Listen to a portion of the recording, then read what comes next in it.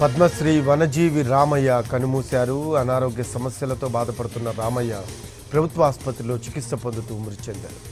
కోటి మొక్కలు నాటి ప్రకృతి ప్రేమికుడిగా పేరు తెచ్చుకున్న రామయ్యను 2017లో కేంద్రం పద్మశ్రీతో సత్కరించింది.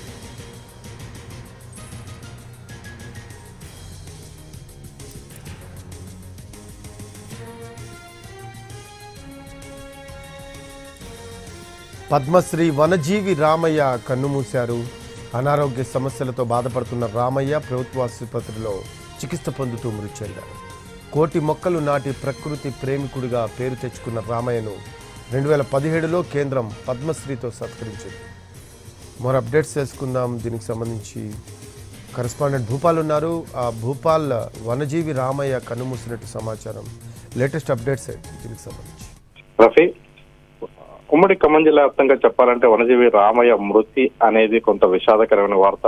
ఒక రాజకీయ నాయకుడికి, ఒక మంత్రులకి, పెద్దవాళ్ళకి అంటే ఎంతటి పేరు వచ్చిందో వనజీవి రామయ్య కూడా ఈ జిల్లాలో అంతటి పేరు వచ్చిన పరిస్థితుంది.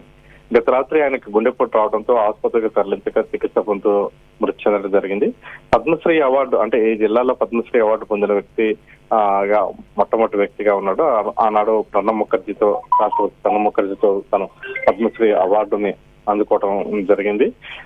ప్రధానంగా తను చిన్నప్పటి నుంచి అంటే పాలు పోస్తూ నేపథ్యంలో ప్రతి ఇంటికి పాలు పోస్తూ ఆ ఇంట్లో ఒక మొక్కని ఇచ్చేవాడు. ఆ విధంగా మొక్కల రామయ్యగా పేరు పొందాడు. ఫస్ట్ తర్వాత వృక్షమిత్ర, వనజీవి అనేక రకాల అవార్డులు కూడా పొందడం జరిగింది. ప్రతి ఇంట్లో ఖమ్మం నుంచి అంటే ఆయన ఊరు వెళ్లే దారిలో మొత్తం కూడా అంటే పెద్ద తండ, అదేవిధంగా పంచాయతీ పరిధిలోనే దరిపెల్లి రామయ్య అని చెప్పే, అంటే ఇంటి పేరు దరిపెల్లి కానీ ఆయన ఎప్పుడు దరిపెల్లి రామయ్య అన్నాడు, వనజీవి రామయ్యగానే పిలుస్తారు. ఆయన ఇంటి వైపు ఉన్న చెట్లు అన్ని కూడా ఆయన పెంచినవే.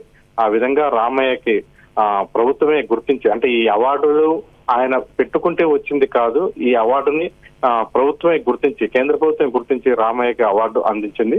ఈ నేపథ్యంలో ఇప్పటికీ తన చివరి దశలో కూడా చెట్లను నాటడంలో ప్రతి ఫంక్షన్ కి వెళ్లి చెట్లని పెంచమని సలహాలు ఇస్తుంటారు. చివరికి తన కొడుకు పెండ్లి